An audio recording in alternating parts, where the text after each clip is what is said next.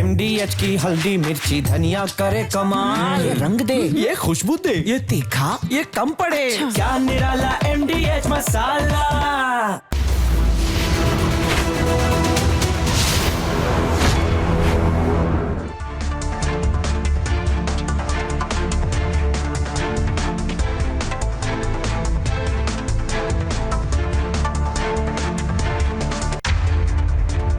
नमस्कार, बहुत स्वागत है आपका। आप देख रहे हैं देश का नंबर 1 न्यूज शो, ये भारत की बात है और मैं हूं आपके साथ मृदुल शर्मा।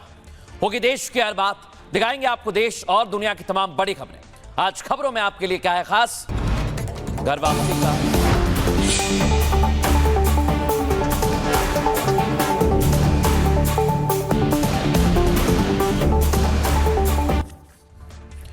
और दर्शकों, आज की सबसे बड़ी और पहली खबर आपको बता रहा हूं। यह खबर है सीधे मौलाना मदनी की धमकी से जुड़ी हुई, जो मुसलमानों के 20 करोड़ होने का दावा कर रहे हैं। कह रहे हैं मुसलमान 20 करोड़ हैं, लेकिन वो किसे जवाब दे रहे हैं? मोहन भागवत ने जैसे ही कहा कि भारत में रहने वाले मुसलमान भी हिंदू हैं, उसके बाद मदनी ने मोर्चा संभाल लिया। दिखाते हैं आपको।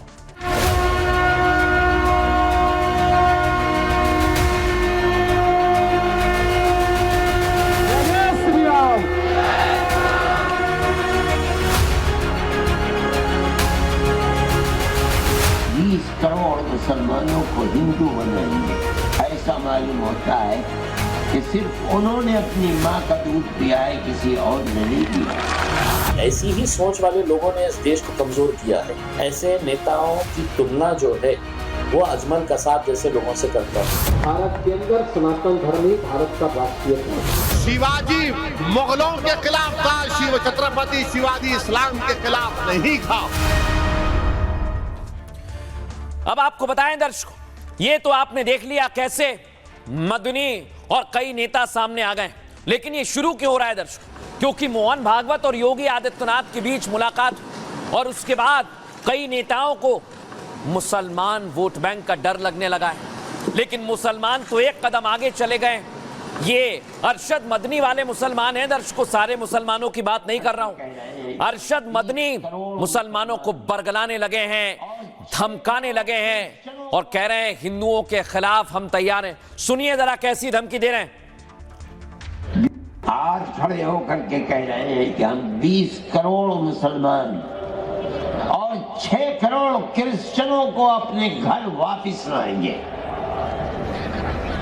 यानी 20 करोड़ मुसलमानों को हिंदू बनाएंगे, 6 करोड़ क्रिश्चियनों को हिंदू बनाएंगे। ऐसा मालूम होता है कि सिर्फ उन्होंने अपनी माँ का दूध पिया है, किसी और ने नहीं पिया। जैसे ही मदनी ने बोला, ओवैसी के पार्टी के नेता सामने आ गए। इनका नाम है इम्तियाज जलील और ये तो एक कदम आगे बढ़ गए और कैसे आतंकवादियों से तुलना करने लगे। सुनिए जरा। ऐसी ही सोच वाले लोगों ने इस देश को कमजोर किया है। आरएसएस जैसी संगठन का एक बड़ा नेता अगर इस तरह की अगर बात करता है तो मैं ऐसे नेताओं की तुलना जो है वो अजमल कसाब जैसे लोगों से करता हूं। दर्शकों, ये असद उद्दीन ओवैसी की पार्टी की सोची समझी साजिश है। मैं आपको बता रहा हूं, पहले कुछ दिन पहले ये बयान सामने आया जब अकबर उद्दीन ओवैसी, असद उद्दीन ओवैसी के छोटे भाई ने सीधा चैलेंज किया था योगी आदित्यनाथ को। वो जरा आपको सुनवा देता हूं पहले। मिस्टर योगी तैयार हो जाओ, यूपी भी आ रहा हो। चलेंगे यूपी, चलेंगे, चलो इसके बाद में यूपी चलते हैं और यूपी में अपनी ताकत अपने झंडे को गाड़ते हैं। दर्शकों, मैं आपको बता रहा हूं, यह सब कुछ माहौल बिगाड़ने की साजिश है। बयान को कोट करके गलत मतलब निकाले गए तो योगी आदित्यनाथ ने फोर्स तैनात कर दी है। अगर उत्तर प्रदेश का माहौल खराब किया तो फिर योगी स्टाइल में एक्शन होगा।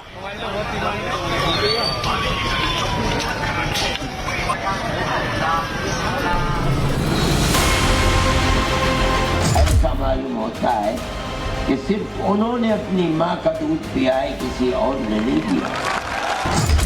कि हुंकार भरने वाले योद्धा ने घर वापसी का चैप्टर क्या खोला। मदनी जैसे मौलाना मुसलमानों को कट्टरता का पाठ पढ़ाने लगे, भड़काऊ तकरीर देने लगे, ज्वलंत स्पीच देने लगे।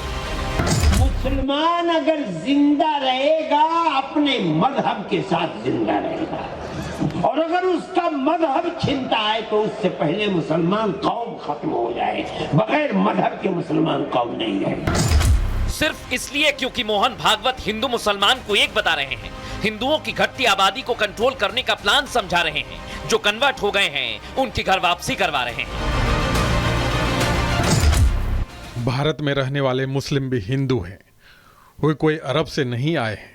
घर वापसी का काम तेज होना चाहिए। जो लोग हिंदू धर्म में लौटे उनका ध्यान भी हमें रखना होगा। भागवत के इस मिशन में भगवाधारी योगी आदित्यनाथ उनके साथ कदम से कदम मिलाकर चल रहे हैं। घर वापसी करने वालों के लिए सर्वोत्तम प्रदेश बना रहे हैं। प्लान संघ प्रमुख के साथ मीटिंग में लॉक हो चुका है, लेकिन यहीं से रमजान के महीने में मुसलमानों को भड़काने का खेल भी शुरू कर दिया गया। मदनी, जलील और ना जाने कितने भड़काऊ गैंग एक्टिव हो चुके हैं, जो अमन चैन बिगाड़ने की कोशिश में जुट गए हैं। कभी कभी बुरी आदतें जाती नहीं है लोगों के, तो उसके लिए उनकी डेंटिंग पेंटिंग करवानी पड़ती है कायदे से। मौलाना भूल गया कि शासन किसका है। क्या डेंटिंग पेंटिंग का समय आ गया है दर्शकों? क्या ये लोग यूपी का माहौल बिगाड़ना चाहते हैं क्योंकि 27 में चुनाव है? और आप सोचिए दर्शकों, संघ प्रमुख मोहन भागवत ने उत्तर प्रदेश में एक नया नारा दिया। हिंदुओं की घटती आबादी पर घर वापसी का प्लान समझाया, लेकिन कुछ मौलाना घर वापसी पर मुसलमानों को भड़काने लगे, जिसमें सबसे पहले नंबर है जमीयत उलेमाए हिंद के अध्यक्ष मौलाना मदनी का। उन्होंने कहा वो 20 करोड़ मुसलमानों को हिंदू बनाना चाहते हैं, मानो सिर्फ उन्हीं लोगों ने अपनी मां का दूध पिया है। सोचिए, सीधे टारगेट कर रहे हैं। आगे कहते हैं मदनी साहब, ये आवाज देश को तबाही बर्बादी की ओर ले जाएगी, क्योंकि मुसलमान जिंदा है और अपने मजहब पर जिंदा रहेंगे। मुसलमानों को मिटाने वाले खुद मिट गए और मिट जाएंगे। इसके अलावा अरशद मदनी ने कयामत लाने की भी चेतावनी दी, जिस कयामत का जिक्र इससे पहले मुख्यमंत्री योगी आदित्यनाथ भी कर चुके हैं, याद है ना आपको? यानी मदनी का इशारा सीधे तौर पर भागवत और सीएम योगी आदित्यनाथ पर था। इस वीडियो में बाकायदा पोस्ट किया गया इसे सोशल मीडिया हैंडल से, और मदनी ने भागवत को मैसेज देने की कोशिश की। यह वीडियो काफी पुराना है जो हमने अभी आपको सुनाया था, लेकिन मोहन भागवत के बयान के बाद तुरंत पोस्ट किया बाकायदा। इसके अलावा AIMIM के नेता इम्तियाज जलील वो भी चेतावनी देने लगे, जो यूपी में माहौल खराब करने की कोशिश का हिस्सा है दर्शकों। लेकिन मैं आपको सुनवाऊंगा एक व्यक्ति कैसे माहौल खराब कर रहा है। पहले जरा सुनिए आप। हम ये समझते हैं कि ये चीज इस मुल्क की गली गली कूचे कूचे खून बहाने वाली, आग लगाने वाली चीज है। मैं ऐलान करता हूं कि जमीयत उलमाए हिंद कल भी इसकी मुखालिफ थी, आज भी मुखालिफ है, और जब तक जिंदा रहेंगे मुखालफत करते रहेंगे। मैं ये बात इसलिए कह रहा हूं, मुसलमान अगर जिंदा रहेगा अपने मजहब के साथ जिंदा रहेगा, और अगर उसका मजहब छिनता है तो उससे पहले मुसलमान कौम खत्म हो जाए। बगैर मजहब के मुसलमान कौम नहीं रहेगी। अब दर्शकों, ये लोग यूपी का माहौल खराब करना चाहते हैं, आप समझिए। इसे मैं आपको बता रहा हूं क्योंकि ऐसे बयानों से मुसलमानों को भड़काना चाहते हैं, और उसमें से एक नाम है, ये आप देख रहे हैं, ये है AIMIM के नेता। कुछ दिन पहले ये मुसलमानों के 3 प्रकार बता रहे थे। जरा सुनवाइए इन्हें क्या कह रहे थे। 3 तरह के मुसलमान होते हैं। एक मुसलमान वो जो जूते चाटने वाला मुसलमान होता है, वो आपको कांग्रेस में मिलेगा साथियों। दूसरा मुसलमान वो जो जूते खाने वाला मुसलमान होता है, वो आपको भारतीय जनता पार्टी में मिलेगा साथियों। और एक मुसलमान वो जो जूते मारने वाला मुसलमान होता है, वो मजलिस में मिलेगा तुम्हें। अब दर्शकों, मैं आपको बताता हूं, योगी आदित्यनाथ ने आज छत्रपति शिवाजी महाराज की जयंती है और आज सनातन को स्वराज का संदेश दिया है। दिखाइए जरा, सुनवाइए। दावा द्रुम दंड पर, चीता मृग झुंड पर, भूषण वितुंड पर, जैसे मृग राज है तेज तम अंश पर, काना जिमि कंस पर, क्या मलेच्छ वंश पर शेर शिवराज है। छत्रपति शिवाजी महाराज का पुण्य स्मरण हम सब कर रहे हैं, उसी गौरव के साथ कर रहे हैं जिस गौरव के साथ उस कालखंड में हिंदवी साम्राज्य के प्रति समर्पित प्रत्येक भारतवासी उस कालखंड में कर रहा था। ये योगी आदित्यनाथ ने बताया, लेकिन दर्शकों आज तो गजब हो गया। असद उद्दीन ओवैसी भी कहने लगे कि छत्रपति शिवाजी महाराज मुसलमानों के साथ थे। कैसे उनको प्रिय लगने लगे, दिखाइए जरा, सुनवाइए। थे कि छत्रपति शिवाजी महाराज के असदुद्दीन ओवैसी बहुत इज्जत करता था, है और रहेगा इंशाअल्लाह ताला। क्यों करता था? क्योंकि छत्रपति शिवाजी महाराज मुसलमानों के खिलाफ नहीं थे। ये बीजेपी का झूठा प्रोपेगेंडा है। छत्रपति शिवाजी महाराज जब कल्याण को फतह किए तो कल्याण के नवाब की बहू उनके सामने लाई गई थी, तो शिवाजी महाराज ने कहा कि ये मेरी बहू की तरह है और उसको इज्जत के साथ वापस भिजा दिया। दर्शकों, आज छत्रपति शिवाजी महाराज की जयंती है और छत्रपति शिवाजी महाराज भगवा के लिए, स्वराज के लिए कितने ही आक्रांता आए उनसे दो दो हाथ कर रहे थे। भारत के लिए लड़ रहे थे, हिंदुओं के लिए लड़ रहे थे। और आज योगी आदित्यनाथ ने दर्शकों वही बताया है। यूपी में हिंदुओं को एकजुट करने की पूरी कोशिश हो रही है। आपको बताएं, इसके लिए मोहन भागवत की सीएम योगी से मुलाकात हो चुकी है। इस बीच योगी ने हिंदुओं को एकजुट करने का एक नया मंत्र दिया है। उन्होंने शिवाजी महाराज की जयंती पर एक वीडियो शेयर किया जो मैंने आपको दिखाया, जिसके जरिए शिवाजी महाराज को सनातन संस्कृति का रक्षक बताया गया। सीएम योगी आदित्यनाथ ने लिखा, छत्रपति शिवाजी महाराज की राष्ट्रभक्ति अमिट गाथा है। आगे वो लिखते हैं, जो तमाम सनातनियों को युग युगांतर तक प्रेरित करती रहेगी। मैसेज के पीछे सीधे तौर पर जाति में बटे हिंदुओं को एक करना है। दर्शकों, दरअसल 17वीं शताब्दी में जब इस्लामी शासक अत्याचार कर रहे थे, हिंदुओं के मंदिर तोड़े जा रहे थे, जबरन धर्म परिवर्तन करवाया जा रहा था, तब छत्रपति वीर शिवाजी महाराज ने हिंदुओं को एकजुट कर सनातन धर्म की रक्षा की। उन्होंने हिंदुओं को बताया था कि मुगल शासक से लड़ना है तो आपको एक होना होगा, अपने धर्म और संस्कृति की रक्षा करनी होगी, तो अत्याचारियों से लड़ना ही होगा। शिवाजी महाराज का मुख्य उद्देश्य हिंदवी स्वराज की स्थापना था दर्शकों, जो केवल राजनीतिक स्वतंत्रता नहीं बल्कि धर्म संस्कृति की रक्षा भी था। और यही संदेश सीएम योगी आदित्यनाथ ने हिंदुओं को दिया है, एकजुटता का संदेश। लेकिन कुछ मौलाना मौलवी यूपी में भड़काऊ प्लान तैयार कर रहे हैं दर्शकों। हालांकि साधु संत उन मौलानाओं को उसी अंदाज में जवाब भी दे रहे हैं। आपको बताता हूं मैं, इस पर राजनीति भी शुरू हो गई है। सुनिए जरा अखिलेश यादव क्या कह रहे हैं। बीजेपी बहुत सारे पन्ने उड़ा देती है। छत्रपति शिवाजी महाराज का तिलक कैसे हुआ, कोई बीजेपी वाला हमें बता दे।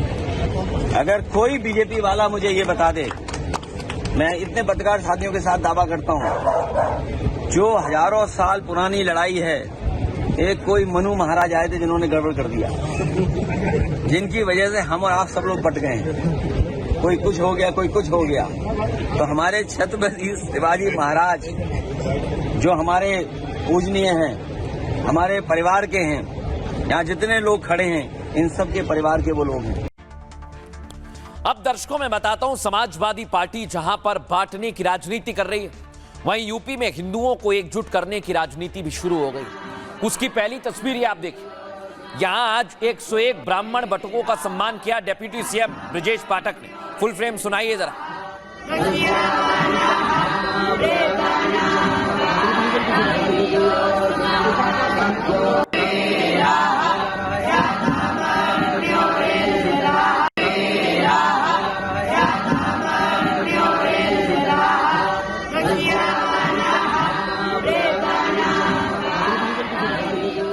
दर्शकों आपको दिखाता हूं मैं कैसे आज यादवों के सम्मान में योगी का प्रशासन काम कर रहा है। पहले आप देखिए film Yadav ji love story को लेकर काफी विरोध हो रहा है, सुनवाइए जरा।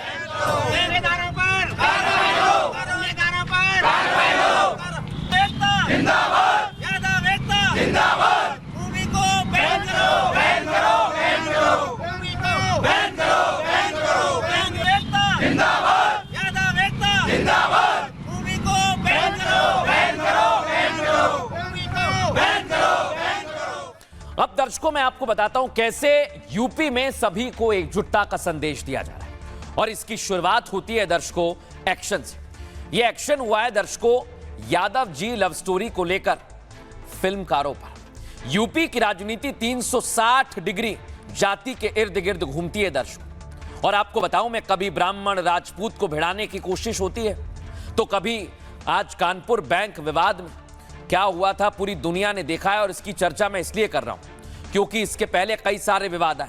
शंकराचार्य का विवाद भी आया जिसमें ब्राह्मणों तक को घसीटा गया दर्शकों। इसके अलावा जाति को बांटने वाले जितने भी लोग हैं उन्हें आज योगी आदित्यनाथ की तरफ से संदेश मिला है। आज लखनऊ में 101 ब्राह्मण बटुकों का सम्मान किया गया। यही है वो तस्वीर। डेप्यूटी सीएम ने बटुकों को फूल माला पहनाकर उनका स्वागत किया। साथ ही ब्राह्मण बटुकों से ब्रजेश पाठक ने आशीर्वाद भी प्राप्त किया। अब इस आयोजन का सियासी कारण भी बताया जाने लगा है। तो दूसरी तरफ फिल्म यादव जी की लव स्टोरी भी विवादों में। आपको बताएं, फिल्म में यादवों के खिलाफ साजिश की बात कही जा रही है, लेकिन अखिलेश यादव की तरफ से लगातार इस बारे में कोई बयान तो नहीं आया, लेकिन अंदर खाने सवाल जरूर उठाए गए। लेकिन आज योगी की पुलिस संभल में मुकदमा दर्ज कर चुकी है, कार्रवाई की तैयारी कर रही है, जान रहे। ऐसे में माना जा रहा है कि अखिलेश अपने चक्रव्यूह में खुद घिर गए क्योंकि यादव समाज को अब योगी सरकार से इंसाफ की उम्मीद है। उन्होंने सरकार से फिल्म पर रोक लगाने की भी मांग की है। यानी हिंदुओं को एकजुट करने का जो नारा मोहन भागवत ने दिया वही अब योगी सरकार कर रही है। तमाम जाति वाले विवाद को खत्म करने की तरफ पहल की गई है। अब सुनिए इस पर साधु संतों का भी बयान आया है, सुनवाते हैं आपको। मदनी साहब की हमें लगता है कि आयु ज़्यादा हो चुकी है और वो सोचने समझने की क्षमता खो चुके हैं। भाई समझना चाहिए और हमें तो लगता है कि मदनी साहब को स्वयं घर प्रवेश करना चाहिए। घर वापसी एक पुण्य का कार्य है। हाँ, मदनी अपने आप को इस्लाम के रहनुमा कहते हैं और ये भी कहते हैं कि इस्लाम के मानने वाले मुसलमान किसी से डरते नहीं अल्लाह के अलावा। और मुझे तो लगता है इनसे बड़ा डरपोक आदमी नहीं है जो एक छोटे से शब्द से डर गया। घर वापसी बिना समझे डर गया। इतना डर लग गया कि माँ का दूध याद आ गया इनको। मुसलमान भाइयों को भड़काना चाहते हैं, हिंदुस्तान में रह करके हिंदुस्तान में दंगा कराना चाहते हैं। ऐसे मौलानों पर जब डंडा बरसेगा तब बुद्धि ठिकाने आएगा। अब दर्शकों खबरों में आगे बढ़ेंगे। आज एक और बड़ी खबर आपको बता रहा हूं।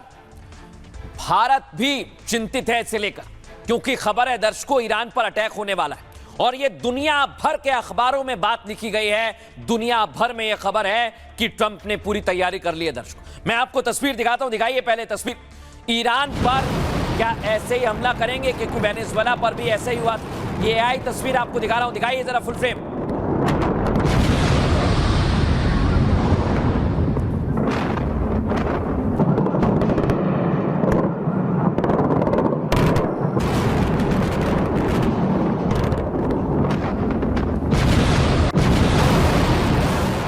दर्शकों आपको बताएं यूएसएस जेराल्ड यानी वो शैतान जो पूरी तरह से सक्षम है ईरान को खत्म करने में, समंदर के अंदर तैनात कर दिया है और निशाने पर ईरान के सैन्य ठिकाने हैं।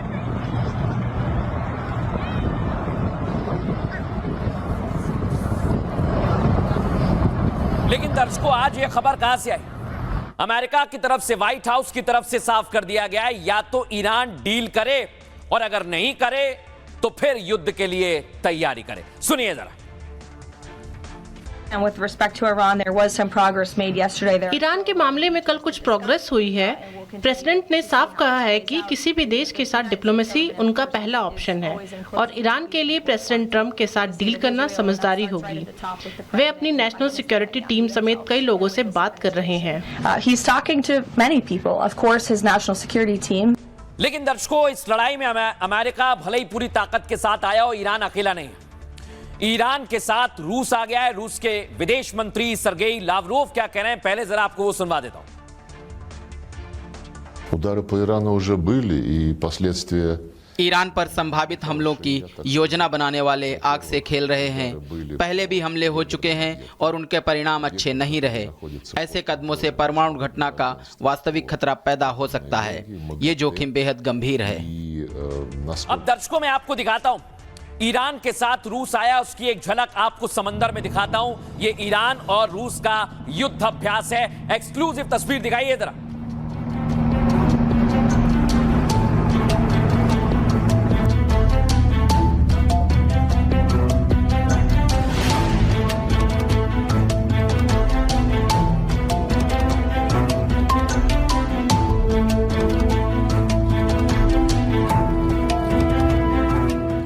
दर्शकों, इधर ईरान की क्या तैयारी है? ईरान की सबसे बड़ी ताकत है उसकी मिसाइल। और देखिए जरा मिसाइल की कैसी तैयारी, फुल फ्रेम दिखाइए जरा इसे। कैसे पूरे अंदर खाने मिसाइल का अंपार लगा दिया ईरान ने आपके सामने।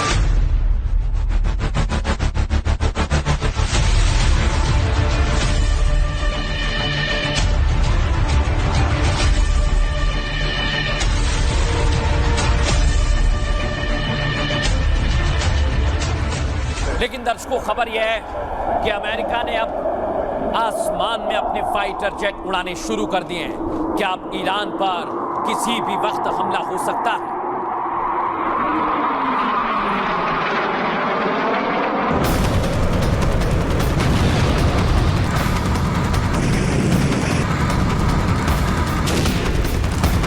शांति का नोबेल नहीं मिलने से ट्रंप बौखला गए।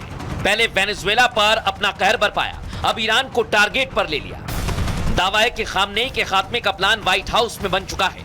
तेहरान को तबाही की आग में झोंकने के लिए ट्रंप की सेना को हरी झंडी का इंतजार है। लेकिन ईरान ने साफ कर दिया कि ट्रंप को यह गलती इस बार भारी पड़ेगी।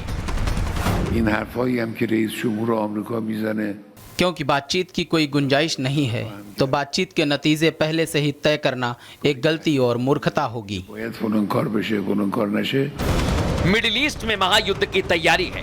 अटैक के काउंटडाउन से तीसरे विश्व युद्ध की आहट है। ट्रंप की सनक से पूरी दुनिया की नींद उड़ी हुई है। अब दर्शकों, मैं आपको खबर बता रहा हूं कि ईरान पर हमले की तैयारी में है डोनाल्ड ट्रंप। और खबर तो यह है कि डोनाल्ड ट्रंप वॉर रूम में भी पहुंच गए। ऐसा मैं क्यों कह रहा हूं, आइए जरा आपको दिखाएं। कुछ ऐसा ही वॉर रूम है दर्शकों। डोनाल्ड ट्रंप ने वेनेजुएला में पूरा हमला देखा था। क्या ईरान पर भी वो हमला देखेंगे? अमेरिका किसी भी वक्त ईरान पर हमला कर सकता है दर्शकों। खबर आपको बता रहा हूं, अमेरिकी सेना को राष्ट्रपति ट्रंप के आदेश का इंतजार है। व्हाइट हाउस की प्रवक्ता कैरोलिन लेविट ने ईरान को चेतावनी भी दे दी है। कहा, ईरान के लिए ट्रंप के साथ डील करना समझदारी होगी। लेविट के मुताबिक डील नहीं होने पर अटैक होंगे, क्योंकि ट्रंप अपनी सुरक्षा टीम के साथ मीटिंग कर रहे हैं। इन सब के बीच अमेरिका ने ईरान की घेराबंदी कर दी है दर्शकों। यूएसएस अब्राहम लिंकन और जलाल ईरान के मुहाने पर है।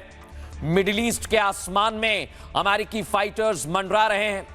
2003 के बाद मिडिल ईस्ट में यह सबसे बड़ी सैन्य तैनाती है दर्शकों। और ईरान ने अमेरिका को अब मुंहतोड़ जवाब देने की धमकी दे दी है। ईरान की तरफ से दावा किया गया है कि ईरान परमाणु हथियार की टेस्टिंग कर रहा है दर्शकों। यह दावा है क्योंकि ईरान में आए भूकंप को इसी परीक्षण से जोड़ा जा रहा है।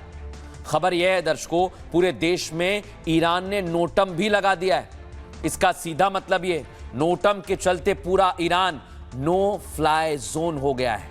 और ईरान के विदेश मंत्री अब्बास अराक्ची ने भी इसे लेकर बड़ा बयान दिया। कहा, अमेरिका धमकियां देना तुरंत और बिना शर्त बंद कर दे। अमेरिका ईरान युद्ध की आहट में रूस भी अब कूद गया है मैदान में। रूस के विदेश मंत्री सर्गेई लावरोव ने ट्रंप को वार्निंग दे दी है। कहा, ईरान पर अटैक करने वाले आग से खेल रहे हैं, आग से।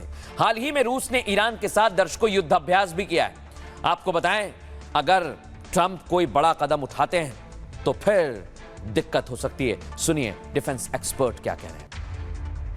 अमेरिका तथा ईरान के बीच में जेनेवा में अभी भी शांति वार्तालाप आगे बढ़ रही है।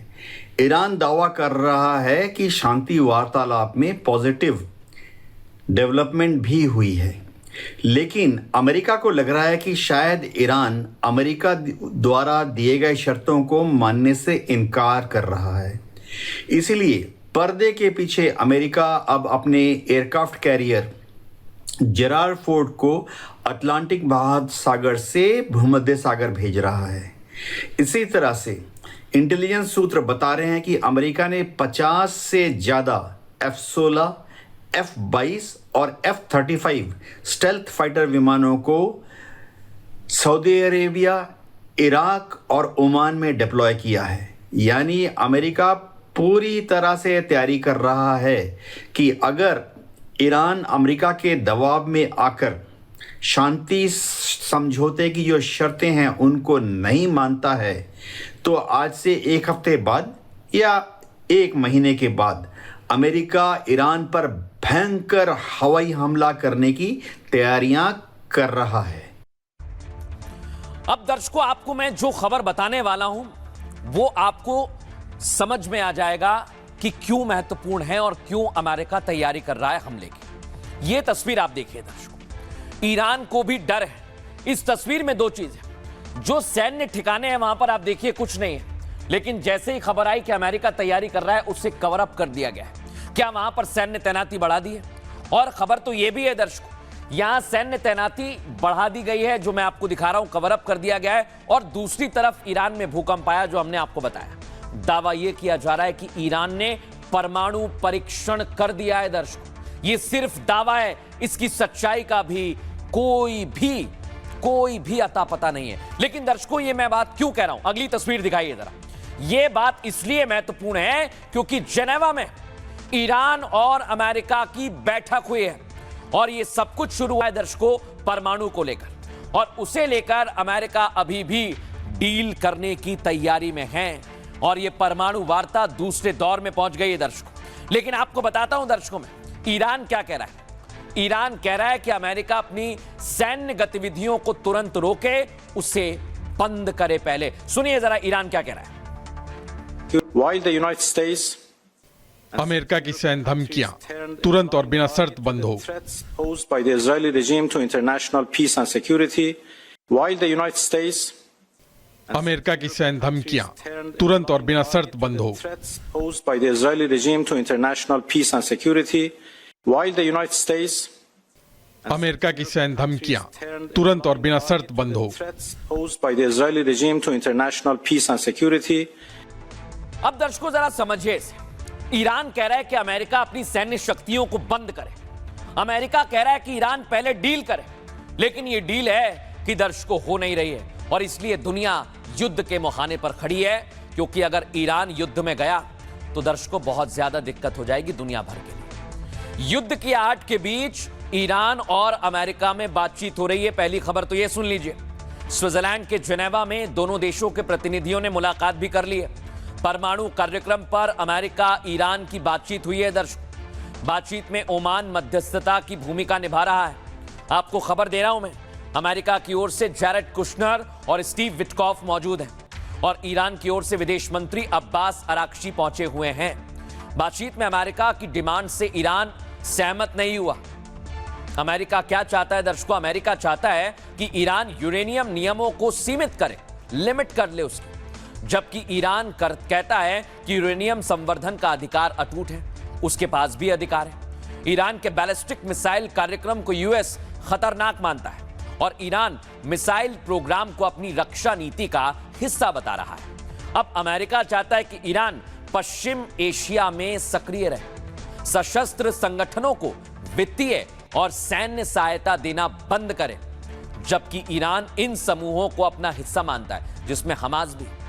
दोनों देशों के बीच ये दूसरे दौर की बातचीत है दर्शकों, और तीसरे दौर की बातचीत की तारीख अभी तय नहीं है। लेकिन दो बार की वार्ता में कड़वाहट देखी गई है, क्योंकि बात बनी नहीं है, और अगर बात बनी नहीं है तो फिर दोनों देश एक दूसरे पर हमला कर सकते हैं दर्शकों। डोनाल्ड ट्रंप क्या कह रहे हैं, खामनेई क्या कह रहे हैं, सुनवाता हूं आपको। ऐसा लगता है कि सबसे अच्छी चीज होगी जो हो सकती है। 47 सालों से वे डेथ टू अमेरिका का नारा लगा रहे हैं। इस बीच हमने बहुत सारी जानें गंवाई हैं जबकि वे नारे लगा रहे थे।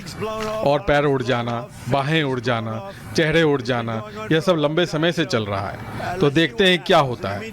इस बीच हमारे पास जबरदस्त ताकत है, यह पहुंच चुकी है और अतिरिक्त ताकत आप जानते हैं और अन्य कैरियर जा रहे हैं। हमारी सेना दुनिया की सबसे मजबूत सेना है। दुनिया की सबसे मजबूत सेना पर भी ऐसा प्रहार किया जा सकता है कि वो फिर कभी खड़ी ना हो सके। वे बार बार कहते रहते हैं हमने विमान वाहक पोत ईरान की ओर भेजे हैं। विमान वाहक पोत वास्तव में एक खतरनाक मशीन है, लेकिन विमान वाहक पोत से ज़्यादा खतरनाक वो हथियार है जो उस विमान वाहक पोत को समुद्र की तलहटी में डुबो सकता है।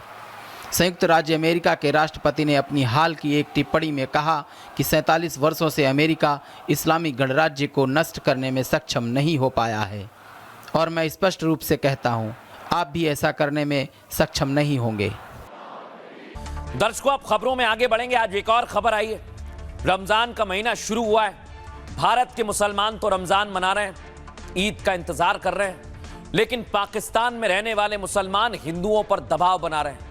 रमजान शुरू हुआ है तो आप रोजा रखिए। ये वही बात हो गई दर्शकों कि भारत में हिंदू मुसलमानों पर दबाव बनाए। ऐसा पाकिस्तान में हो रहा है दर्शकों। वहां का मुसलमान हिंदुओं को जैसे बांग्लादेश में प्रताड़ित किया जा रहा है वही कर रहा है दर्शकों। पाकिस्तान हमेशा हिंदुओं के खिलाफ साजिश रचता है, चाहे वो पाकिस्तान में रहने वाले हिंदू हों या भारत में रहने वाले। हिंदुओं को लेकर पाकिस्तान में अलग तरह का कानून है, ऐसा लगता है। पाकिस्तान में हिंदुओं को रोजा रखने की अब धमकी दी जा रही है दर्शकों। एक मुफ्ती का बयान वायरल हो रहा है जिसमें वो कहता है कि पाक में हिंदुओं को रोजा रखना पड़ेगा। खैबर पख्तूनख्वा में हिंदुओं के बाप को भी रोजा रखना पड़ेगा, वो ये कहता है। खैबर पख्तूनख्वा में हिंदू भी सारे रोजे रखते हैं। मुफ्ती तारिक मसूद ने कहा कि एक सिख भी रोजा रखता है। वो सिख अब मुसलमान बन गया है। आपको बताऊं, तारिक मसूद खैबर पख्तूनख्वा का बड़ा मुफ्ती है दर्शकों, और मुफ्ती अपने बयान से हिंदुओं को डराने की कोशिश कर रहे हैं। संदेश साफ है, हिंदू रोजा रखें तो ठीक, नहीं हुआ तो क्या करेंगे दर्शकों? उनकी मुसीबत बढ़ जाएगी, उनको मारा जाएगा, क्योंकि पाकिस्तान में हिंदू ना तो पूजा कर पाते हैं ठीक ढंग से, ना खुलेआम अपना त्योहार मना सकते हैं। पिछली बार कराची यूनिवर्सिटी में आपको बताऊं, होली खेलने पर हिंदू छात्रों के साथ मारपीट की गई थी। अब मौलाना भी रोजा रखने के लिए धमकाने लगे हैं। आप बताइए, अगर धमकी दी जाएगी तो पाकिस्तान में हिंदुओं का क्या हश्र हो रहा होगा, सोच सकते हैं आप। मुफ्ती तो धमकी दे रहा है हिंदुओं को। पाकिस्तान का क्रिकेटर मोहम्मद रिजवान कह रहा है कि क्रिकेट विकेट कुछ नहीं, हम क्रिकेटर नहीं है, हमारे लिए सब कुछ इस्लाम है और इस्लाम के लिए हम कुछ भी कर जाएंगे। अब दर्शकों, आपने सुन लिया, ये पाकिस्तानी क्रिकेटर है, इसलिए क्रिकेट को लेकर सवाल उठते हैं कि आखिर पाकिस्तान से क्रिकेट क्यों? क्योंकि उनके जहन में हिंदुओं से नफरत भरी हुई है। पाकिस्तान में मुसलमानों की आबादी 97% है और हिंदुओं की आबादी घटकर हो गई है 1.61% के करीब, 38 लाख। सोचिए जरा, आजादी के बाद से पाक में हिंदुओं पर अत्याचार हो रहा है, धर्म बदलने का दबाव बनाया जा रहा है, बहु बेटियों के अपहरण की घटनाओं ने चौंका दिया है, लाखों हिंदुओं को धर्मांतरण के लिए मजबूर कर दिया है। 2025 के आंकड़े आपको बता रहा हूं, पाकिस्तान में हिंदू कितने सुरक्षित हैं आप समझिए। 11 महीने में 200 से ज्यादा धर्मांतरण के केस सामने आए। सिंध प्रदेश में हर महीने 7 हिंदू महिलाओं का धर्मांतरण होता है दर्शकों। कराची में एक शादीशुदा हिंदू महिला का अपहरण कर लिया गया। 1.5 साल की बेटी के साथ महिला का अपहरण किया गया। सोचिए आप, पुलिस ने 3 दिन बाद केस दर्ज किया, लेकिन आज तक महिला और उसकी बेटी की कोई जानकारी नहीं मिली। दावा है कि महिला और उसकी बेटी का धर्मांतरण करवा दिया गया। महिला के साथ जबरदस्ती मुस्लिम युवक ने शादी भी कर ली। वो एक ऐसी घटना है दर्शकों जो बताती है कि पाकिस्तान में हिंदू कितने सुरक्षित हैं। वहां के दबंग मुस्लिम आज भी चाहते हैं कि हिंदू बेटियों का अपहरण किया जाए, उनका धर्म बदलवा कर उनसे शादी की जाए। और अगर पाकिस्तान में ये चलता है तो आप चौंकिए मत, क्योंकि वहां क्रिकेटर, मुल्ला मुनीर सब हिंदुओं से नफरती बयान देते हैं। सुनिए जरा इस पर साधु संत क्या कह रहे हैं। आज ये पाकिस्तान का मौलवी जिस प्रकार की बात करके वहां रहने वाले अल्पसंख्यकों को जबरन रोजा रखने की और ये कहकर कि उनका तो बाप भी रखेगा, तो वो गलत फहमी में है।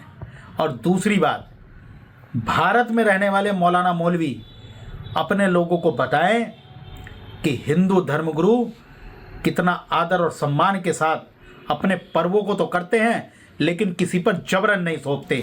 पाकिस्तान में हिंदुओं को जबरन रोजा रखवाना और उनको धमकी देना ये अमानवीय है। किसी भी व्यक्ति का अपना धर्म संप्रदाय होता है, उसकी स्वेच्छा होती है। ये एक प्रकार से मानव अधिकारों का हनन है। पाकिस्तान सरकार को ऐसे मौलानाओं पर कार्रवाई करनी चाहिए। अब दर्शकों, आज की एक और बड़ी खबर आपको बताऊंगा और ये खबर रिपब्लिक भारत की एक्सक्लूसिव खबर है। दर्शकों, जिस विवाद को लेकर देश भर में चर्चा हो रही थी, एमएम नरवणे की किताब, जनरल नरवणे की किताब को लेकर राहुल गांधी ने जितनी भी बातें बोली दर्शकों, वो सफेद झूठ हैं, बिल्कुल झूठी हैं। ये खुद कहा है जनरल नरवणे ने। आपको बताएं, आज रिपब्लिक भारत ने उनसे बातचीत की है। पहली तस्वीर दिखाइए जरा।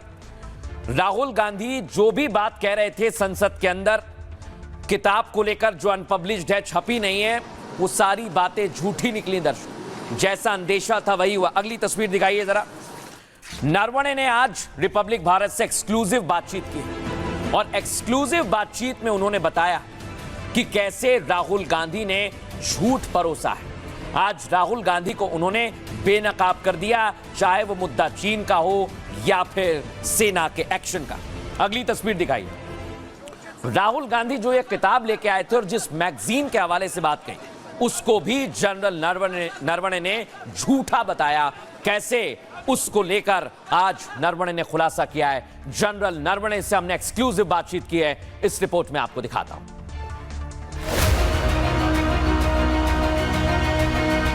2 हफ्ते तक राहुल गांधी जनरल नरवणे के नाम का इस्तेमाल करते रहे। पूरे बजट सत्र के दौरान एक गैर प्रकाशित किताब का अपने राजनीतिक स्वार्थ के लिए उपयोग करते रहे। संसद भवन के अंदर और बाहर राहुल का सियासी ड्रामा खूब चला। लेकिन अब जनरल एमएम नरवणे की बारी है। किसी देशवासी के मन में अब यह शंका नहीं होनी चाहिए कि भारत ने एक भी इंच जमीन चीन के हाथों नहीं खोई है। About the statement that you have already given that not an inch of Indian land had been taken by the Chinese, do you still maintain that? I think you should ask a reverse question to the Chinese, that have they occupied any Indian land? And answer to that question, I think, will satisfy all those who have any doubts on this matter. General Naravane के इस बयान से गलवान पर राहुल का हर दावा धराशायी हो जाता है। ये राहुल गांधी के लिए किसी शर्मिंदगी से कम नहीं है, जो अब तक भारत की जमीन को लेकर मन गढ़ंत दावे करते रहे। लेकिन इतना ही नहीं, जनरल नरवणे ने उस मैगजीन पर भी निशाना साधा जिसने अज्ञात सूत्रों के हवाले से राजनीतिक स्वार्थ के लिए अपने आर्टिकल में गैर प्रकाशित किताब को कोट किया था। जनरल नरवणे ने उस आर्टिकल को गंभीरता से न लेने की अपील की, जिसमें अज्ञात सूत्रों के हवाले से बड़े दावे किए गए और उनका इस्तेमाल राहुल ने संसद में सियासी लाभ के लिए किया। So the Karwan article has also quoted that you were allegedly recalled that Prime Minister instructions conveyed जो उचित समझे वो करो.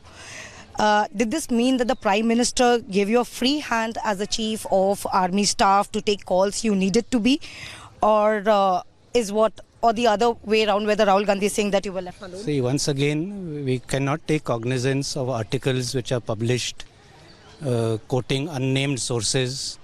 What is right, what is wrong. So let it be for the time being at that, and as and when things get clearer, we can discuss these issues more in depth. General Naravane के इस interview से राहुल गांधी के सभी दावों की पोल खुलती है। जहां राहुल का दावा था कि मैगजीन का आर्टिकल संपादकीय तौर पर मजबूत है, वहीं जनरल नरवणे अब इन दावों की हवा निकालते हैं। वैसे स्वभाव से शांत और सौम्य जनरल नरवणे इस पूरे विवाद से न सिर्फ गुस्सा हैं, बल्कि राहुल गांधी के इस दावे पर बेहद नाराज हो गए हैं, जिसमें राहुल ने कहा था कि गलवान के समय आर्मी चीफ को अकेला छोड़ दिया गया और सेना प्रमुख को पॉलिटिकल लीडरशिप से कोई सहयोग नहीं मिला। Rahul Gandhi has also said that you, in your book, which is an unpublished book, it is alleged that you felt really alone because Modi government did not give you clarity of instructions at a critical moment in Galwan. This is what Rahul Gandhi has alleged. What is your response? Once again, anybody can say anything. I am not obliged to comment on anything, which is not actually my concern. ये राहुल गांधी पर सबसे सीधा और तीखा हमला है, क्योंकि राहुल ने दावा किया था सेना प्रमुख को गलवान में अकेला छोड़ दिया गया, लेकिन अब पूर्व आर्मी चीफ ने इसे सिरे से खारिज किया और कहा कि बोलने के लिए कोई कुछ भी बोल सकता है। पिछले 3 हफ्ते से जनरल नरवणे की चुप्पी का फायदा उठाकर कांग्रेस ने इस पूरे प्रकरण का सियासी फायदा उठाया, जबकि प्रकाशक को सामने आकर सफाई देनी पड़ी। संसद ठप रही और पूरे देश में भ्रम और कयासों का दौर भी चलता रहा। नरवणे इस पूरे विवाद पर दुखी भी नजर आए, लेकिन जनरल नरवणे ये बखूबी जानते हैं कि उनकी किताब पर राजनीतिक रोटियां सेकी गईं। Your unpublished book has become the focal point in the parliament. Are you being misquoted or are the allegations accurate? I think we should not live in the past. We should look ahead, go in the future. I have written a new book, Murder Mystery. I'm writing the sequel to that. So let us move on and, as I said, not dwell in the past.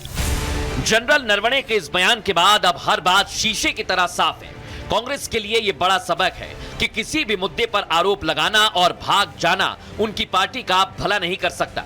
और general Naravane का यह interview सरकार की उस बात पर मोहर है कि राहुल गांधी हमेशा की तरह इस बार भी सफेद झूठ बोल रहे थे। रिपब्लिक भारत के लिए अलीशा नायर की रिपोर्ट। हमारी सहयोगी अलीशा ने एक्सक्लूसिव बातचीत की है, उसके बाद दूध का दूध पानी का पानी हो गया दर्शकों। लेकिन राहुल गांधी की मुश्किल कम नहीं हुई। यह मैं क्यों कह रहा हूं? क्योंकि अब राहुल गांधी की टीम को नोटिस मिल गया है। क्या हुआ है दर्शकों, मैं पहले आपको दिखाता हूं। पहली तस्वीर दिखाई। ओम बिड़ला को लेकर तरह तरह की टिप्पणी की गई, तरह तरह के वीडियो बनाए गए। अब नोटिस मिल गया कांग्रेस पार्टी को। दिखाते हैं किसको नोटिस मिला है। दिखाइए जरा तस्वीर। यह है कांग्रेस पार्टी का जो आईटी देखती हैं, आईटी सेल, मीडिया देखती हैं सुप्रिया श्रीनेत, और अब ये मुश्किल में आ गई हैं दर्शकों, क्योंकि इन पर बड़ी कार्रवाई है और अब नोटिस भी मिलने वाला है और इसके लिए पूरी तैयारी की जा रही है। लेकिन दर्शकों आपको बताएं, जो तस्वीर अभी तक आपने देखी है वो कई सवाल खड़े करती है, क्योंकि अभी तक कांग्रेस पार्टी सिर्फ और सिर्फ झूठ के रास्ते पर चल रही है। लेकिन अब हुआ क्या दर्शकों, कांग्रेस पार्टी मुश्किल में घिरती जा रही है। कांग्रेस के 9 नेताओं पर शिकंजा कसा गया है। कांग्रेस के ये सभी नेता राहुल के बेहद करीबी हैं। स्पीकर के सचिवालय ने इन सभी को नोटिस भेजा है।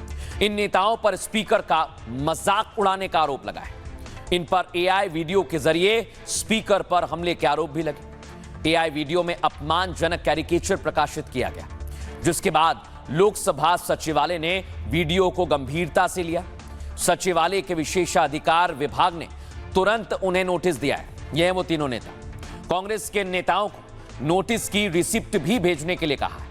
मतलब इन्हें जवाब से पहले नोटिस स्वीकार करने की जानकारी देनी होगी। साफ है कि इस मामले को लोकसभा सचिवालय बेहद गंभीरता से ले रहा है और बीजेपी के सांसद विष्णुदत्त शर्मा, वीडी शर्मा की शिकायत पर सचिवालय ने कार्रवाई की है। कांग्रेस नेताओं के जवाब मिलने के बाद स्पीकर आगे का एक्शन तय करेंगे। इस मामले को लोकसभा की अवमानना की गंभीर श्रेणी में रखा गया है, क्योंकि यह संवैधानिक पद पर बैठे किसी शख्स के सम्मान से जुड़ा हुआ है। खबर है इनमें है वीडियो जो बिहार चुनाव के दौरान प्रसारित किया गया था। एक वीडियो और है जो स्वावलंबन योजना से जुड़ा हुआ था दर्शक। और उसके बाद अब जयराम रमेश, पवन खेड़ा और सुप्रिया श्रीनेत पर कार्रवाई की तैयारी की जा रही है। लेकिन दर्शकों, इसे लेकर कांग्रेस पार्टी अब अलग अलग तरह के आरोप लगा रही है, वो आपको सुनवाते हैं। अगर मैं आपकी बात का संक्षिप्त में ही जवाब दूं तो नेता विपक्ष को दिखाना लोकसभा में, 84 वर्ष के नेता प्रतिपक्ष को राज्यसभा में दिखाना, यह ब्रीच ऑफ प्रिविलेज है कि नहीं है, इसका बीजेपी जवाब देगी। और उसमें हमने ऐसी कौन सी बात कही है? जनरल नरवणे की किताब को नहीं दिखाने दिया जा रहा था। 14 मिनट राहुल गांधी बोलते हैं, 11 मिनट हम लोग स्पीकर महोदय को देखते हैं। तो मुझे नहीं लगता कि उसमें कुछ इतनी प्रिविलेज की बात है। और जब वीडियो पर एआई जनरेटेड लिखा है तो वो डिस्क्लेमर है कि यह वीडियो एआई से बनाया गया है। यह नाट्य रूपांतर है। Either the BJP doesn't understand technology or they are so immersed in their fake news. Congress party इतना अगंभीर काम कर सकती है। एक वीडियो में जिस तरह लोकसभा के अध्यक्ष ओम बिरला और प्रधानमंत्री नरेंद्र मोदी को दिखाया गया है वह भयानक है। एआई जनरेटेड वीडियो से आप लोकसभा का अपमान करेंगे तो आपको नोटिस जाएगा। अब सांसदों के अंदर तो सदन में कार्रवाई हो सकती है, लेकिन लोकसभा को या किसी भी संसद को बाहर के किसी भी व्यक्ति को बुलाकर उसको सजा देने का भी अधिकार है।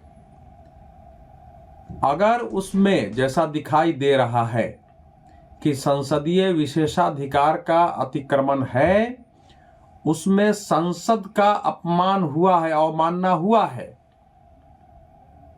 तो इन नेताओं के लिए कठिनाइयां पैदा होंगी। अब दर्शकों मैं आपको बताता हूं, राहुल गांधी की मुश्किल कम नहीं हो रही है, बढ़ रही है। ये तो मैंने आपको बताया क्योंकि उनकी टीम को नोटिस मिल गया। लेकिन आप देखिए, स्पीकर के चेंबर में कांग्रेस पार्टी के सांसदों ने हंगामा किया और स्पीकर ओम बिरला से बदतमीजी की थी। ये तस्वीर है, वो एम्बियंस सुनाइए जरा इसका।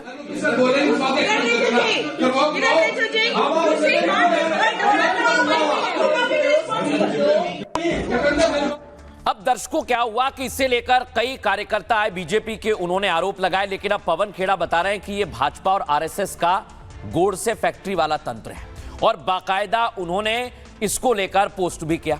अगली तस्वीर जरा दिखाइए, ये आप देखिए, ये भाजपा के कार्यकर्ता, इन्होंने गोली मारने की धमकी दे दी। ये ठीक नहीं है बिल्कुल, और इसीलिए अब इस पर सियासत हो रही है। पहले सुनिए जरा ये क्या कह रहे हैं। इनका नाम है राज अमेरा।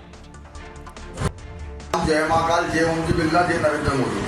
जिस प्रकार से भारत की संसद में कांग्रेस के 25 सांसदों ने घुटकर और श्रीमान लोकसभा अध्यक्ष ओम जी बिरला से जो गाली गलौज करी है, उसकी हम सभी भारतीय जनता पार्टी के कार्यकर्ता, करनी सेना के कार्यकर्ताओं में काफी रोष भी आते हैं। दोबारा ऐसी घटना हुई, उन सांसदों के घर में घुस के हम तोड़फोड़ करेंगे। और मुझे लगता है कि राहुल गांधी का आदेश पर यह घटना हुई है। राहुल गांधी कान खोल कर सुन ले, अगर दोबारा ऐसी घटना हुई तो तेरे घर में घुस के हम गोली मार देंगे और इसका जिम्मेदार प्रशासन होगा। हमारा प्रशासन से निवेदन है कि 25 सांसद के ऊपर कार्रवाई होनी चाहिए। मोदी सरकार के मंत्री किरण रिजिजू जी का जो बयान आया, उसको सुनने के बाद हम लोग काफी गुस्से में हैं। अगर 24 घंटे के अंदर गिरफ्तारी होती है उन 25 सांसदों की तो ठीक है, इस सभी के हम गोलियां मारेंगे एक एक करके। अब दर्शकों, राज अमेरा जैसे ही धमकी दी उसके बाद पुलिस ने शिकंजा कसा। भजनलाल की पुलिस ने इन्हें गिरफ्तार कर लिया है, अरेस्ट कर लिया है। लेकिन दर्शकों, यहां तो अरेस्ट हो गए, लेकिन इस मुद्दे पर सियासत शुरू हो गई है और सियासत में कांग्रेस पार्टी ने कई गंभीर बातें कही हैं। एक तरफ राहुल की टीम, राहुल के नेता मुश्किलों में है दर्शकों, दूसरी तरफ कांग्रेस वीडियो के जरिए बीजेपी को घेर रही है, जो मैंने आपको दिखाया। कांग्रेस ने बीजेपी पर राहुल के खिलाफ साजिश रचने के आरोप लगाए। कांग्रेस नेता पवन खेड़ा इसी सिलसिले में एक पोस्ट करते हैं जिसमें कहा गया, करनी सेना के कथित प्रवक्ता राज अमेरा का वीडियो जो मैंने आपको दिखाया वो अब निशाने पर आ गया है। पोस्ट में उन्होंने आरएसएस और बीजेपी को गोड से फैक्ट्री तक कह दिया, क्योंकि वीडियो में आमेरा ने राहुल गांधी को गोली मारने की बात कही। राज आमेरा ने वीडियो में कांग्रेस के 25 सांसदों को भी धमकी दी। पवन खेड़ा ने लिखा, कट्टरपंथी ऐसे ही काम करता है। ये पहले एक झूठ बनाते हैं, पॉलिटिकल अथॉरिटी उसे आगे बढ़ाती है और तब तक फैलाती है जब तक उनके फॉलोअर्स के मन में नफरत और हिंसा ना भर जाए। तब भी गोड़ से बनाया गया था, आज भी गोड़ से बनाया जा रहा है।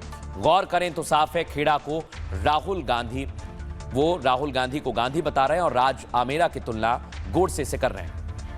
लेकिन दर्शकों, इसे लेकर अब तरह तरह के कमेंट आ रहे हैं और इसको लेकर बयानबाजी भी शुरू हो गई। सुनिए जरा। स्पीकर के चैम्बर में कम से कम 20-25 कांग्रेस के एमपीस जब घुसे तो मैं भी वहां गया और जो गाली गलौज किया स्पीकर के साथ, वो तो मैं आपको बता नहीं सकता हूं। स्पीकर तो बहुत नरम आदमी है, नहीं तो और भी कठोर कदम उठा सकते थे। ये कोई तरीका होता है क्या? उसमें जब स्पीकर को गाली गलौज कर रहे थे उस समय वेणुगोपाल जी भी थे, प्रियंका गांधी भी थी, वहां पे कांग्रेस के सीनियर लीडर थे और वो भी मिला रहे हैं, इनकरेज कर रहे हैं। हमारा एमपी अगर कोई खराब बर्ताव करेंगे तो हमारे नेता रुकाएंगे ना, मना करेंगे कि ऐसा मत बोलो। उनके तो नेता ही बोल रहे हैं कि झगड़ा करो। करनी सेना के नेता की धमकी को कांग्रेस भले ही भाजपा से जोड़ के बात कर ले और कहे कि भाई कार्रवाई हो, ये हो, ये एक अलग मुद्दा। आप सीधे सीधे भाजपा से नहीं जोड़ सकते। और अगर आपत्ति है तो कांग्रेस नेता कहीं भी उसके खिलाफ एफआईआर दर्ज करवा सकती। यह है कि आपने लोकसभा अध्यक्ष की जो गरिमा है उसको गिराई है, उस पे हमला बोला है और इसका लीगल एक जवाब चाहिए हमें। वो दोनों अलग अलग मुद्दे हैं। कांग्रेस भले बचने की कोशिश करे इसकी आड़ लेकर के कि भाई भाजपा के कहने पे करणी सेना जो है वो राहुल गांधी पर हमले की बात कर रहे हैं, मारने की बात कर रहे हैं, वो तमाम चीजें बचाव करती है पॉलिटिकल पार्टी, लेकिन उससे बच नहीं पाएंगे। अब दर्शकों आपको बताते हैं एक और खबर। भारत में एआई समिट चल रही है, दुनिया भर में इसकी चर्चा हुई। आज इसकी आधिकारिक शुरुआत हुई है। दर्शकों आपको दिखाएं, आज पीएम मोदी ने दुनिया को बताया एआई से नौकरी जाएगी नहीं, यानी भय नहीं है, नौकरी मिलेगी, यानी आने वाले भविष्य में आपका भाग्य तय होगा। दिखाइए पहली तस्वीर, ये आप देखिए, तमाम लीडर्स पहुंचे हुए हैं। इमैनुअल मैक्रो, ब्राजील के राष्ट्रपति लूला दा सिल्वा पहुंचे हुए हैं। दिखाइए फुल फ्रेम, कई कंपनीज के सीईओज पहुंचे हुए हैं। और ये तस्वीर भारत ने बताया कि एआई के लिए वो अग्रणी है, आगे बढ़ रहा है।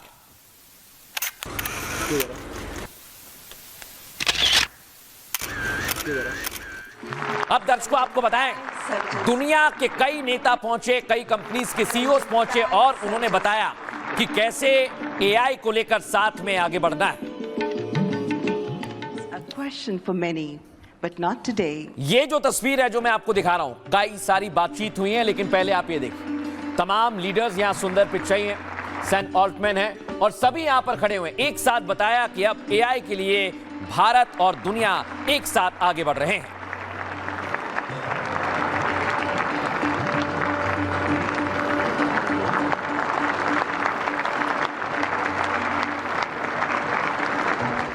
आज दर्शकों प्रधानमंत्री ने अपने संबोधन में सबसे पहले सभी का भारत में स्वागत किया। दिखाइए जरा तस्वीर, सुनवाइए। दुनिया की सबसे बड़ी और ऐतिहासिक एआई इम्पैक्ट समिट में आप सभी का हार्दिक अभिनंदन है।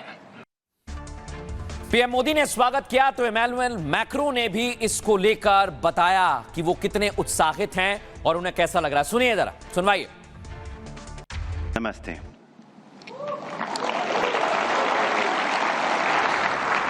इस शानदार शहर में, इस शानदार देश में हमारा स्वागत करने के लिए आपका बहुत बहुत धन्यवाद प्रधानमंत्री जी। आपके द्वारा होस्ट किए गए इस आर्टिफिशियल इंटेलिजेंस इम्पैक्ट समिट में आकर बहुत अच्छा लग रहा है।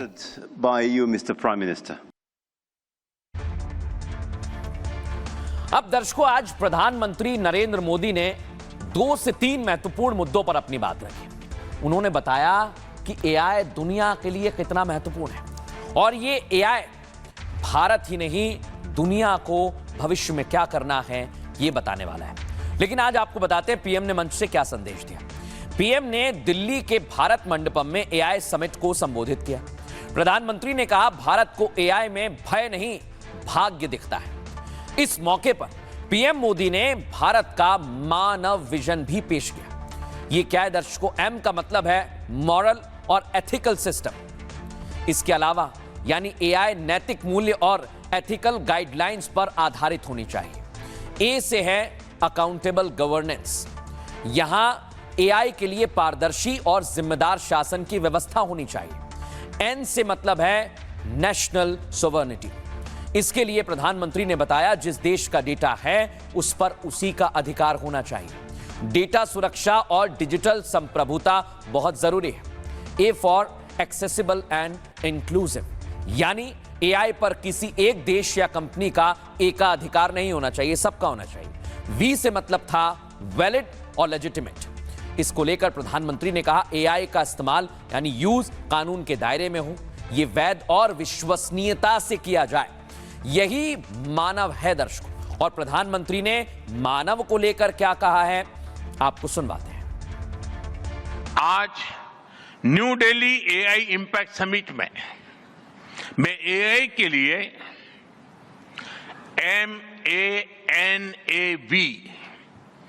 MANAV मानव मानव विजन प्रस्तुत करता हूं। मानव का अर्थ होता है ह्यूमन, और मानव विजन कहता है M moral and ethical systems, यानी एआई एथिकल गाइडेंस पर आधारित हो। ए अकाउंटेबल गवर्नेंस, यानी transparent rules, robust oversight. And national sovereignty, यानी जिसका डेटा उसका अधिकार। ए एक्सेसिबल एंड इंक्लूसिव, यानी एआई मोनोपोली नहीं, मल्टीप्लायर बने। V valid and legitimate. आज दुनिया में दो तरह के लोग हैं। एक, जिन्हें एआई में भय दिखता है, वो हमेशा वैसी बात करते हैं। ऐसे लोग जिन्हें एआई में भय दिखता है, और दूसरे वो जिन्हें एआई में भाग्य दिखता है। और साथियों, मैं जिम्मेवारी के साथ कहता हूं, गर्व के साथ कहता हूं, हमें भय नहीं, भारत को एआई में भाग्य दिखता है, भारत को एआई में भविष्य दिखता है। दशकों पहले जब इंटरनेट की शुरुआत हुई तो कोई सोच भी नहीं पाता था कि इससे कितनी जॉब्स बनेगी। यही बात एआई में है। आज कल्पना करना मुश्किल है कि आने वाले समय इस फील्ड में किस तरह की जॉब पैदा होगी। अब दर्शकों आपको बताएं, आज एआई पर दुनिया की निगाहें टिकी हुई हैं। एआई समिट भारत में हो रहा है। आज मुकेश अंबानी भी पहुंचे और उन्होंने बताया कि आने वाले समय में वो इसको लेकर इन्वेस्ट भी करेंगे। लेकिन आज पीएम मोदी ने दर्शकों डीपफेक को लेकर चिंता जाहिर की है। दुनिया को क्या संदेश दिया, आप भी सुनिए। एआई को मशीन सेंट्रिक से ह्यूमन सेंट्रिक कैसे बनाएं, संवेदनशील और उत्तरदायी कैसे बनाएं, यही इस ग्लोबल एआई इंपैक्ट समिट का मूल उद्देश्य है। आज की एक बहुत बड़ी आवश्यकता ग्लोबल स्टैंडर्ड्स बनाने की भी है। डीप फेक्स और फैब्रिकेटेड कंटेंट ओपन सोसाइटीज में अस्थिरता ला रहे हैं। फिजिकल वर्ल्ड में हम फूड पर न्यूट्रिशन लेबल्स देखते हैं ताकि हमें पता हो कि हम क्या खा रहे हैं। ठीक उसी तरह डिजिटल वर्ल्ड में कंटेंट पर भी ऑथेंटिसिटी लेवल्स होने चाहिए। लेकिन दर्शकों, आज एआई समिट में वर्ल्ड लीडर्स के साथ साथ कई कंपनीज के सीईओज भी पहुंचे और उन्होंने बताया कि एआई भारत के लिए, दुनिया के लिए कितना जरूरी है। एआई समिट में फ्रांस के राष्ट्रपति ने पीएम मोदी के विजन की तारीफ की है। ये वहीं की तस्वीर आपको दिखा रहा है। उन्होंने कहा, सही दिशा में जाने पर एआई से जिंदगी बदलेगी। राष्ट्रपति मैक्रो ने भारत की डिजिटल प्रगति की भी तारीफ की है। उन्होंने बच्चों के लिए सोशल मीडिया बैन करने की भी अपील की है। उन्होंने कहा, 15 साल से कम उम्र के बच्चे इसका इस्तेमाल ना करें। फ्रांस में बच्चों के लिए सोशल मीडिया बैन की तैयारी भी हो रही है। दर्शकों, मैक्रो ने पीएम मोदी से कहा वो भारत से भी ऐसी ही उम्मीद रखते हैं। एआई समिट में वर्ल्ड लीडर्स के साथ साथ टेक लीडर्स भी पहुंचे। दर्शकों, गूगल के सीईओ सुंदर पिचाई ने कहा, भारत में विकास की रफ्तार तेज है। ओपन एआई के सीईओ सैम ऑल्टमैन ने भारत की तकनीक का लोहा माना। भारतीय उद्योगपति ने भी एआई युग को रोजगार पैदा करने वाला बताया है। सभी ने एक ही सुर में कहा, एआई की दुनिया में भारत की अहम भूमिका होने वाली है और इसके लिए भारत भी दर्शकों तैयार है, क्योंकि एआई से आपकी नौकरी जाएगी नहीं, मिलेगी। यानी आने वाला भविष्य एआई पर बहुत हद तक निर्भर करेगा। आगे बढ़ते हैं और बात करते हैं आज के सूत्र की। आज का सूत्र हमने लिया है श्रीमद् भागवत गीता से।